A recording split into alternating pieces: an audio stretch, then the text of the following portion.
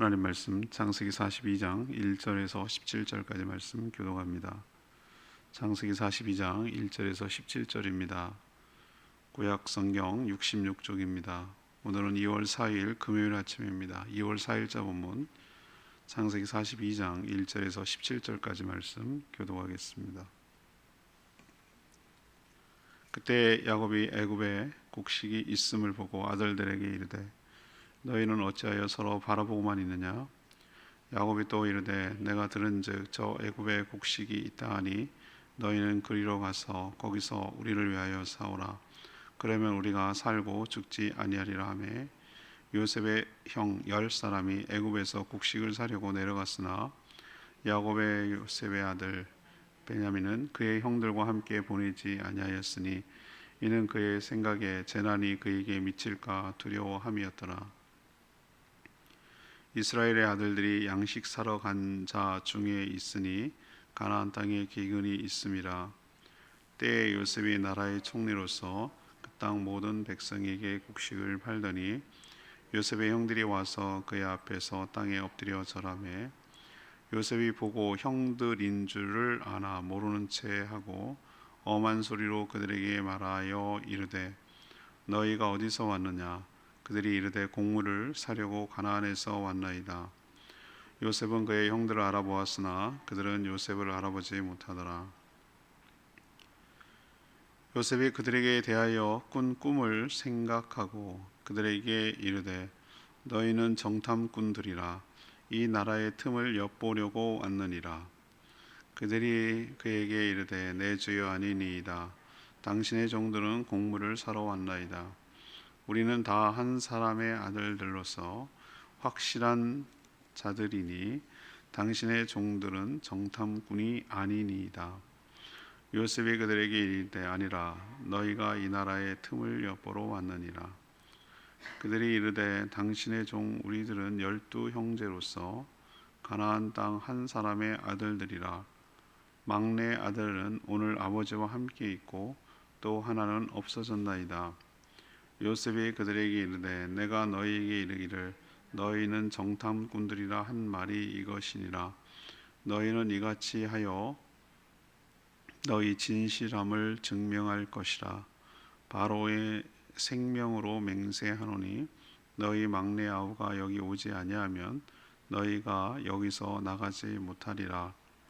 너희 중 하나를 보내어 너희 아우를 데려오게 하고 너희는 갇혀 있으라. 내가 너희의 말을 시험하여 너희 중에 진실이 있는지 보리라. 바로의 생명으로 맹세하노니 그리하지 아니하면 너희는 과연 정탐꾼이니라 하고 그들을 다 함께 3일을 가두었더라. 아멘. 흉년은 애굽에만 미친 것이 아니라 그 일대 전 세계적인 현상이었습니다. 가나안에도 당연히 미쳤습니다. 야곱은 아들들에게 애굽에는 양식이 있다고 하니 먹을 양식을 사오라고 말합니다. 10명의 형제들은 양식을 사려고 애굽으로 갔으나 베냐민은 남겨두었습니다. 요셉은 한눈에 형들임을 알아봤으나 모르는 척했습니다. 오히려 형들을 시험하려고 3번이나 정탐하러 왔다고 하자 자신들은 그런 사람들이 아님을 입증하려고 자신의 신상에 대해서 말하기 시작합니다. 그래서 12 형제의 얘기가 나왔고 막내가 남아있다라는 얘기를 하게 된 것이죠. 자, 그러면 너희의 말이 사실인 것을 증명하려면 막내를 데리고 와라. 너희들이 막내가 있다고 했으니 그래야 내가 너를 믿겠다라고 하고 3일 동안 옥에 가두는 그런 일이 오늘 스토리가 시작되는 얘기죠. 오늘 질문은 형제들의 재회, 야곱의 아들들이 형제들이 이제 재회 다시 만나는 거죠. 재회를 통해 알 수 있는 것은 무엇입니까? 이것이 오늘 질문입니다. 먼저 1절에서 5절까지 말씀, 하나님은 죽지 않고 살도록 인도하시는 것을 우리가 볼 수 있습니다. 요셉이 꾼 꿈은 이집트에만 국한되는 내용이 아니었습니다. 대풍년도 마찬가지지만 대흉년도 이집트는 물론 가나안, 야곱의 일가들이 살고 있는 가나안까지 미쳤습니다. 결국은 양식이 떨어지게 된 야곱은 이집트에 양식이 있다, 거기서 팔고 있다라는 소문을 듣게 됐고, 그래서 10명의 아들들에게 양식을 사오라고 그렇게 채근합니다. 오늘 2절 말씀 보면 야곱은 우리를 위해서 양식을 사오라 라고 말하면서 우리 그러니까 우리 전체 가족을 다 말하는 거죠. 그래야 죽지 않고 살 것이다, 이렇게 말하는 것이죠. 이 말은 의미심장한 말이에요. 표면적으로는 먹을 양식, 육체, 필요한 양식 때문에 움직이는 시작점이 되는 것이지만, 하나님은 야곱 가문 전체를 집단 이민, 집단 이주시켜서 하나의 큰 민족을 만들려고 지금 계획하시고 일을 진행하고 계시는 것이죠. 여러분 한번 생각해 보세요. 우리가 어떻게 하나님의 깊은 뜻을 이해하겠어요? 요셉이 나중에 형님들에게 자기는 이제 알게 된 거예요. 형님들 앞에 뭐라고 그러죠? 형님들 두려워하지 마라. 내가 당신들을 해하려고 할까 봐 두려워하지 마라. 우리를 살게 하려고 하나님께서 나를 애굽에 먼저 보내신 것이다. 이번 주일에 그런 얘기를 할 건데요. 인생은 현상보다 해석이 굉장히 중요해요. 그냥 보이는 대로만, 느끼는 대로만 사는 사람은 1차원적인 삶이에요. 입체적으로, 영적으로 우리의 삶을 조명하고 그것을 하나님의 시각에서 바라보고 해석할 때 우리는 인생을 흐트러짐 없이 어떤 상황과 환경 속에서도 의연하고 일관성 있게 살아갈 수 있는 힘이 나오게 될 줄로 믿습니다. 자, 요셉이 안 갔더라면 어떻게 됐죠? 요셉이 안 팔렸더라면 어떻게 됐냐 이 말이에요. 요셉이 꿈을 안 꿨더라면, 그런 식으로 따지는 거예요. 요셉이 꿈을 안 꿨더라면 어떻게 그런 미움을 받았죠? 자, 결정적으로 대풍년과 대흉년이 없었으면은 양식을 살게 하려고 야곱이 보낼 생각이긴 했겠어요? 요셉의 형제들이 다시 만날 수가 있었겠습니까? 요셉을 통해서 야곱 가족들이 전부 다 집단 이주할 수 있는 거리가 있겠었어요? 이거 생각하면은 하나님이 하시는 일 보면은 너무너무 기가 막히고 정말 그 섭리와 역사가 좀 탐복이 될 때가 너무 많은 거예요. 당장 말이죠. 내가 그 한가운데 있을 때는 지금 나에게 이게 어떤 의미지? 라는 걸 다 몰라요. 모른다고요. 알겠어요 이거? 7년 대흉년인 거? 어떤 의미인지 양식 사러 가려고 그랬지 무슨 우리가 죽지 않고 살리라, 이 말을 그냥 내 육신이 살게 되리라 이렇게 생각했지, 우리가 전체적으로 살게 되리라, 이 온 인류가 살게 되리라는 생각을 누구 그 입에서 나오게 하겠냐고. 하나님은 참 굉장히 영화 감독으로 치면 굉장히 복선을 잘 까는 분이에요. 여러분들의 모든 닥쳐지는 여러 가지 일들, 일어나는 모든 일들을 통해서 여러분을 죽지 않고 살게 하려고 인도해 가시는 하나님의 방식이고 하나님의 인도하심을 믿어야 될 줄로 압니다. 그게 믿음으로 받아들여질 때 놀랄 일도 없고 당황할 일도 없고 낭망할 일도 없고 우쭐거릴 일도 없는 거예요. 이 모든 것들이 나를 유익하게 하려고, 나를 살리려고, 우리 모두를 살리려고 하는 하나님의 인도에 가시는 하나의 퍼즐 한 조각이라고 이렇게 생각한다면 그게 믿음으로 받아들여져야 되고 요동함이 없고 마음의 평안을 누리게 될 줄로 믿습니다. 여러분 하나님 신뢰하셔야 돼요. 하나님 좋은 분이에요. 하나님 여러분 망하게 하지 않고 죽이게 하려고 하는 것이 아니라 살리게 하고 모두가 다 살리게 하고 복되게 하려고 여러분을 인도해 가시는 줄로 믿습니다. 다만 먼저 요셉을 이집트에 보내서 교두보라고 하시죠. 교두보 압니까? 이게 탁 걸쳐놓고 성을 공격할 때 탁 걸쳐놓고 거기다 딱 해놓고 올라가는 거예요. 인천 상륙작전할 때 거기다 딱 교두보를 마련해놓고 치고 들어가는 거예요. 그게 교두보라고 그래요. 요셉이 거기 먼저 간 거예요. 파송된 거예요. 이것은 이미 아브라함과 이삭과 야곱에게 주신 언약의 근거예요. 언약이 뭐라고 그랬습니까? 하나님이 자손이 별과 모래처럼 많아질 것이다. 당연하죠. 별처럼 많아지려면 자손이 번성해야 되는데 양식이 떨어져서 죽으면 하나님 거짓말쟁이 되는 거 아니겠어요? 아니 어떻게 자기 자신이 벌처럼 많을 거다, 모래처럼 많을 거다 이렇게 말해놓고 세상에 양식이 없어서 죽이는 신이 그게 진짜 신이냐 말이에요. 하나님이 그걸 좀 생각한다면 우리는 죽지 않는다. 하나님 우리를 살게 하려고 이렇게 하는 것이라는 것이 믿어져야 되고, 이제 양식이 있는 이집트로 가야 이제 살 길이 생긴다라는 생각을 하게 만드는 것이죠. 하나님은 야곱처럼 우리들도, 우리 성도들도, 우리 가족도 모두 죽지 않고 살게 하려고 우리의 삶을 인도해 가신다는 거 꼭 기억하시고 명심하시기를 바랍니다. 두 번째 얘기는요, 6절에서 8절까지 말씀이에요. 하나님은 주신 꿈을 반드시 시켰다라는 것을 볼 수 있어요. 자, 야곱은 아들들에게 이집트로 가서 양식을 사가지고 오라고 채근했지만 막내 베냐민은 동행시키지 않았어요.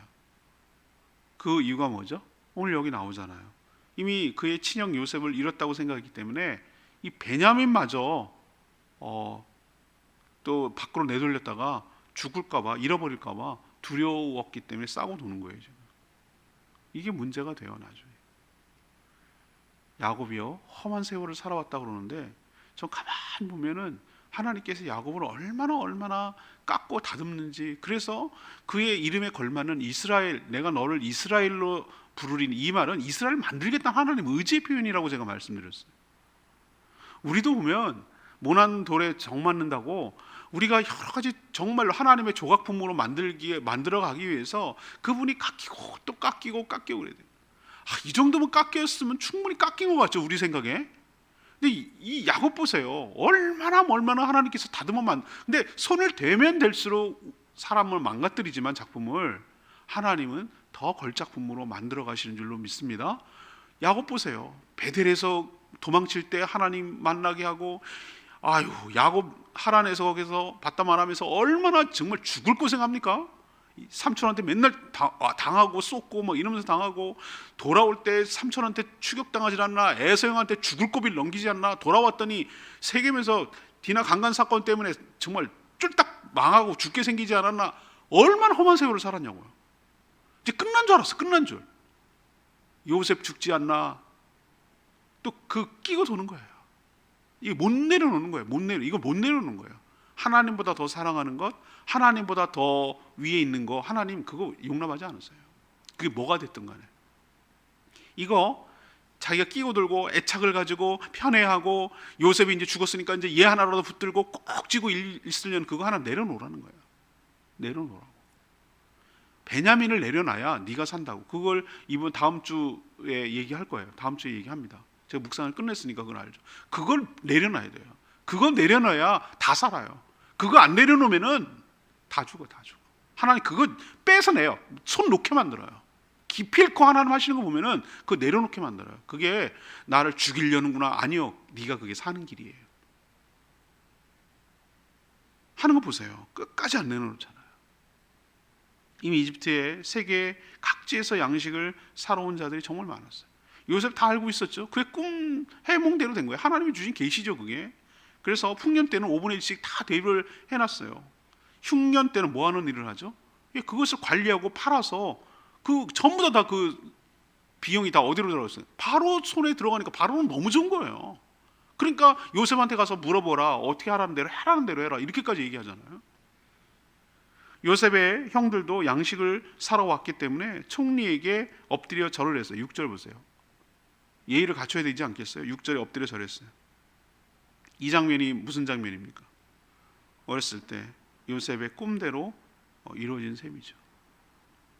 네가 꿈대로 되나 보자, 이거였잖아요. 요셉 형들은 꿈대로 됐잖아요. 하나님이 주신 꿈대로 됐잖아요.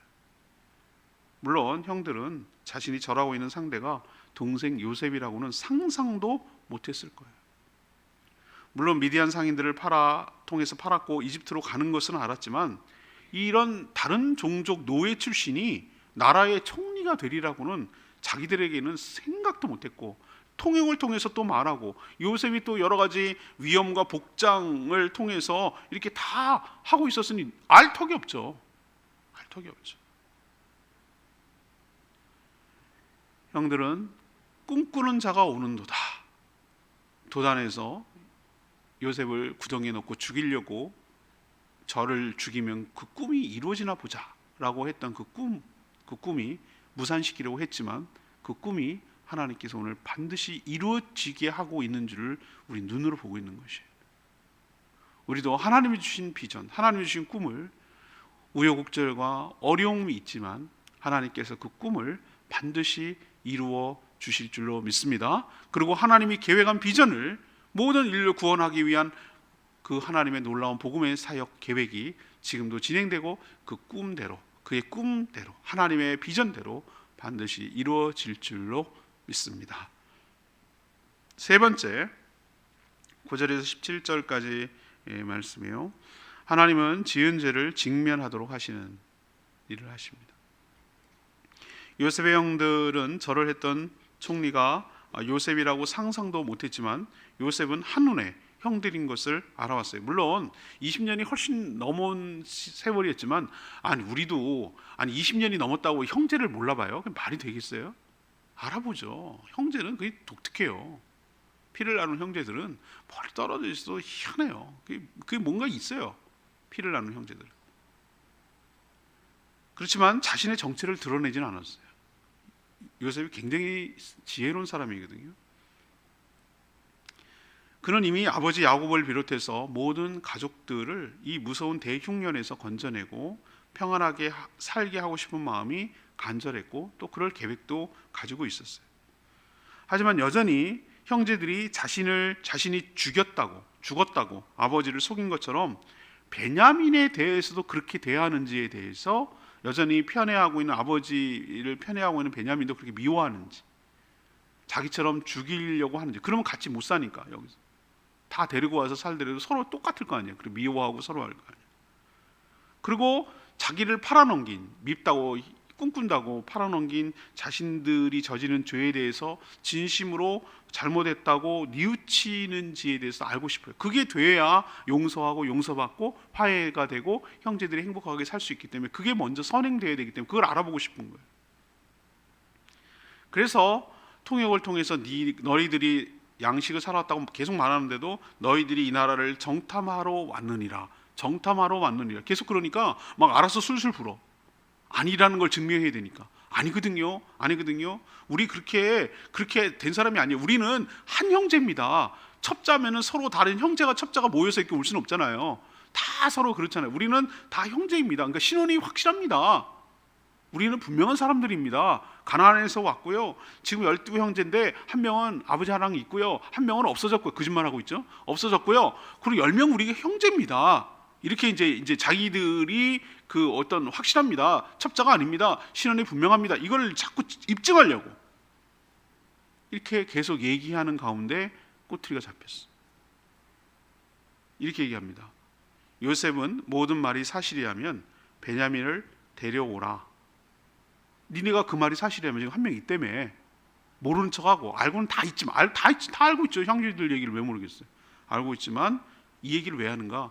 너희들이 잘못한 것에 대해서 직면하게 하려고 지금 그렇게 말하는 것이.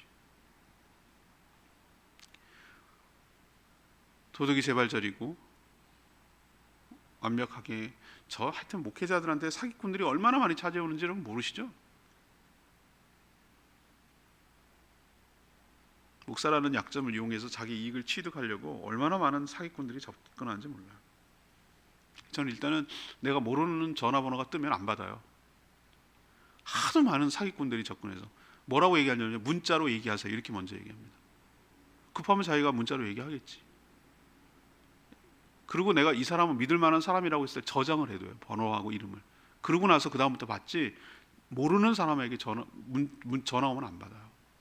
왜? 하도 사기꾼들이 많아가지고. 찾아왔어요. 기억이 납니다. 여러분도 한번 본 적이 있을 거예요. 어떤 여자 찾아와가지고 자기가 막 굉장히 힘들고 어려운 일을 당했대요. 그래갖고 이제 육지로 나가고 싶네. 비행기표가 없대요. 어디로 가냐고 그러니까 무슨 섬으로 간대요. 그리고 막 이제 자기가 이제 신원을 확실하다는 걸 하기 위해서 그때 어렸을 때 그 교회 다녔고 저 어느 목사님 그렇게 얘기를 해요. 그래요? 그리고 쭉 듣고 있다가 잠깐만요. 인터넷 검색했어요. 무슨 섬, 무슨 교회 딱 쳤어요. 전화 걸었어요. 거기 목사님 그 목사님 계십니까? 제가 여기 몇십 년 있었는데 그런 분이 있은 적이 한 번도 없대. 그럼 딴 데 더 검색했더니 그 옆에 교회예요. 전화했어요. 그런 분 계십니까? 무슨 소리, 그런 일 없습니다. 없대는데요. 제가 그랬어요. 그러니까 자기가 스스로 거짓말하는 게 드러나요. 그러니까 나중에 민망한지 얼버무리고 가더라고. 자기가 말하는 것보다 자기가 걸려요. 자승자박되는 것이. 아마 요셉이 그런 방법을 썼던 것 같아요. 정말 네 말이 사실이라면은 베냐민도 보고 싶고, 정말 베냐민을 그렇게 아끼는지도 확인하고, 나중에 시험 몇 번 더 합니다만 그렇게 확인할 겸 해가지고 형님들이 자신을 좀 직면하게 하고 자신의 죄를 뉘우치고 자신이 잘못했다는 것을 시인하게 하려고 이런 방법을 쓰는 것이 골탕 먹이고, 복수할 거면 물어보지도 않습니다. 청탕꾼이구나, 당장 죽여라 이러면은 자기는 뭐 어떡하겠어요. 권리에 지금 누가 그들을 10명을 막아낼 수가 있겠어요. 총리가 정탁꾼이라고 죽여버리라고 그러는데 그걸 누가 막을 수가 있어요. 보복에 쓸 거면 벌써 죽였어요. 이렇게 하는 게 약 올려 먹고 골탕 먹이려는 것이 아니라, 그들을, 제가 주일날 설교하겠지만 이미 요셉은 용서가 됐어요. 므낫세라는 이름을 지을 때 용서가 된 것이. 오늘 레위기 말씀이 13절 말씀이에요. 가나안 땅 한 사람의 아들들이라. 막내 아들은 오늘 아버지와 함께 있고 또 하나는 없어졌나이다. 요셉의 형들은 지금 거짓말을 하고 있어요. 요셉은 자연스럽게 없어진 것이 아니라 그들이 죽이려다가 미디안 상인들에게 팔아넘긴 것인데, 원래 있었는데 마치 자연스럽게 없어진 것처럼 지금 둘러대고 있어요. 평생 동안 아마 그들은 죄책감에 시달리고 이런 식으로 얘기를 했을 거예요. 평생 숨겨야 할 비밀로 무덤까지 가져갈 것이죠. 이런 상태로는 진정한 용서, 화해가 일어나지 않아요. 요셉은 형님들이 죄를 직면하고 직시하고 실토하고 인정하고 용서를 구해서 진정한 화해로 나가게 되기를 바랬던 거예요. 그래서 이것을 놓고 계속 시험을 하는 것이죠. 오늘도 하나님께서 오늘 쭉 이걸 보면 그렇구나. 하나님이 우리를 살려고 하는 것이 단순히 양식을 구해서 먹고 사는 게 아니라, 끊어지고 깨지고 망가졌던 관계도 다 회복하게 했어. 진정한 화해와 진정한 평안을 누리게 하시려고, 하나님 살게 하려고 우리를 지금도 일하고 계시고 역사하시고 섭리와 역사로 우리를 이끌어가고 계신다는 것을 명심하시기를 바랍니다. 오늘 말씀 붙들고 기도하기 전에 찬양집 464장 부르고 기도하겠습니다.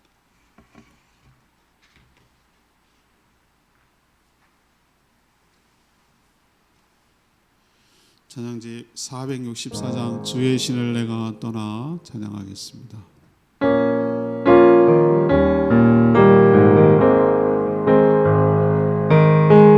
주의 신을 내가 떠나 어디로 피하리까. 주는 모든 것 아시고 어디로 다니리까.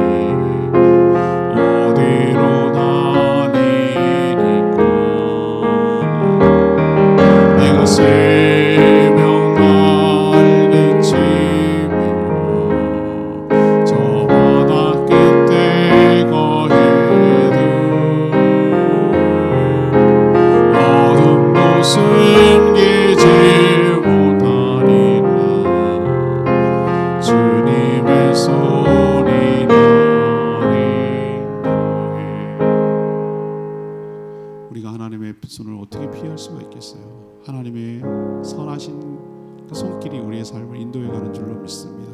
주의 은혜를 받아 주님의 선하심을 맛보게 해달라고 주여 외치며 기도하겠습니다. 주의 하나님, 주의 신을 내가 떠나 어디로 피하리까? 주는 모든 것 아시오니 어디로 다니리까? 내가 새벽 날개치며 저 바다 끝에 거해도 어둠도 숨기지 못하리라. 주님의 손이 나를 인도해.